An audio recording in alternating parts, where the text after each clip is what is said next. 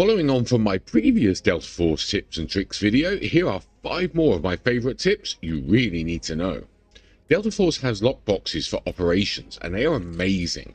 You can use lockboxes to get nice items out of the raid, whatever happens, because anything you have in a lockbox isn't lost if you die and enemies cannot loot them.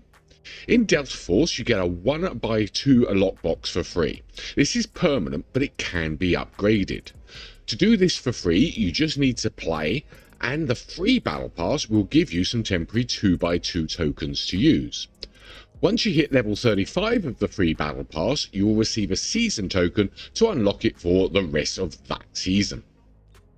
There is also a 2x3 size lockbox which you can get when you buy the operations version of the battle pass. This also lasts for the whole season.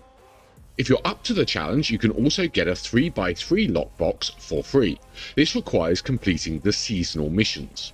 These are not for the faint of heart, but you will get some temporary 3x3 lockboxes to use as you progress, and once all the missions are complete you will get one for the whole season. You'll get a lot of other very useful rewards as well, so it is worth doing. A great use of the lockbox is to secure things like expensive ammo or armor repairs before you enter the raid. You just have to get used to taking the items out of the lockbox, which is pretty easy to do. Worth noting that you can even do this with gear tickets. Next up we have keycards. Delta Force has locked rooms which can be opened with these keycards.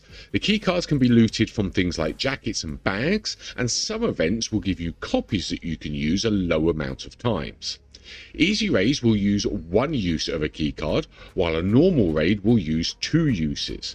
It's worth noting that if you only have 1 use left on the card, then it can currently still be used in a normal raid. Keycards are stored in the keycard holder. This holder can be upgraded through mission completion or leveling up, and they are purchased through the T&E Department contact for alloys. You can also buy some keycards from here, although they are limited by account and can only be purchased once. Keycards must be placed on the holder to be taken into the raid. Finding where the doors are for the keycards can be a bit more tricky. You need to prepare before the raid to find the location. To do it, simply click on the key either in the holder or in your stash or from the market and hit the Used At button. This will give a simple map of the location of the locked door. A little detective work just to match the small location is needed, but it isn't that hard. Some rooms are better than others, and RNG will play a large part to the rooms being worth it. One great little keycard is the substation dormitory card on Zero Dam. This costs about 35,000 alloy, and while a lot of the time it will yield only greens, a purple or even another keycard does tend to happen quite often. This makes it one of the best profit versus loss keycards to have on the holder. Talking about profit, let's make some money. The T&E Department is a great way to make some cash twice a day, or get some cheap deals by handing in items that you find in a raid. The first option here refreshes twice a day and offers deals on weapons, weapon parts, armor and other useful raid items. Most of the time you can just fill these and save a little money, but quite often the items can be gained really cheaply and you can resell them on the market to make a fast buck. Bear in mind when choosing an item to resell, there are taxes and charges on the market, so make sure the margin is high enough. Also, with market fluctuations, something that looks like a bad deal when the T&E refreshes might not be a few hours later, so it's worth checking back. Currently, the first item on this list is pretty much always a great deal. However, it is bound to you, so you cannot resell it. The second option here refreshes every week and requires a predetermined set of items for exchange. These are pretty much always very good deals, and even better if you loot the items yourself. People do put the items up on the auction house, but the prices become very inflated. You can typically buy each item twice a week, so it is worth stocking up. Sometimes the required items for the next week's T&E deals are leaked beforehand. Knowing these will allow you to buy or save the items before everyone realizes they're going to be worth more and you make a real saving.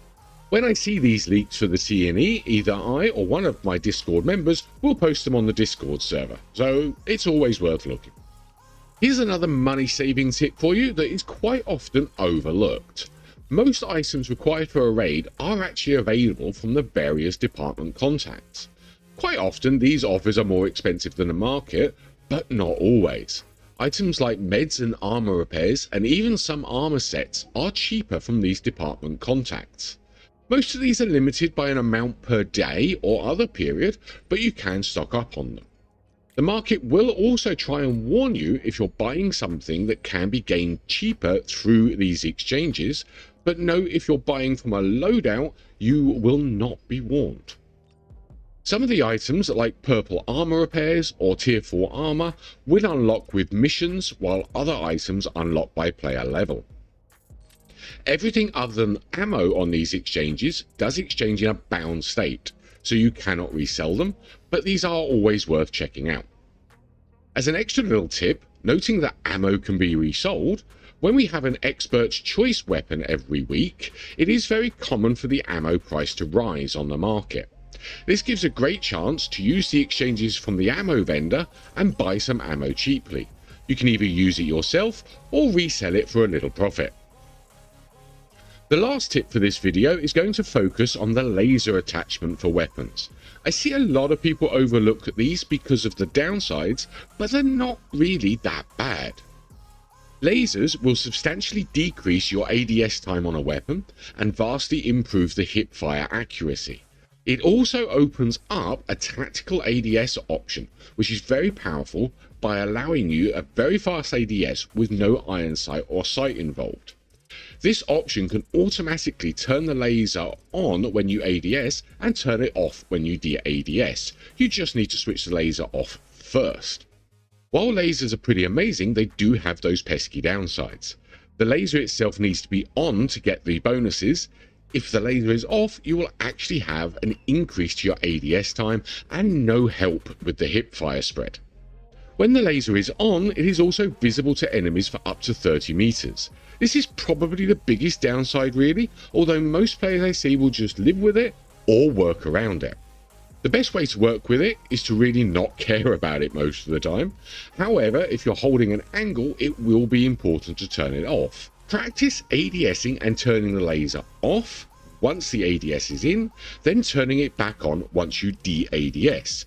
Once you get this down, you'll be a pro laser user in no time. Well, that's it for this one. More coming very soon, so as a bonus tip, subscribe now so you don't miss out on more great tips for Delta Force. Please remember to hit that like button as well. I'd really appreciate it. Thank you for watching. See you next time.